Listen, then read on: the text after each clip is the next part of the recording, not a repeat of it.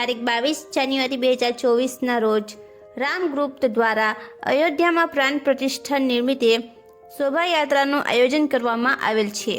આ શોભાયાત્રા જીતાલીથી 12 વાગ્યે નીકળી સાંજે 4 વાગ્યે એસએન પેન્ટ ચોકડીથી સહજાનંદ હોટલથી લઈને મીઠાની ફેક્ટરી અને ગળખોલ બ્રિજથી અને બોરભાઠા થઈને સાંજે 6 વાગ્યે સરગમ કોમ્પ્લેક્સ ઓએનજીસીથી શ્રી રામલલ્લાની પ્રાણ પ્રતિષ્ઠાની શોભાયાત્રા નીકળશે। તેથી આપ સૌ શ્રીને રામ ગ્રુપ તરફથી આમંત્રણ પાઠવવામાં આવ્યું છે।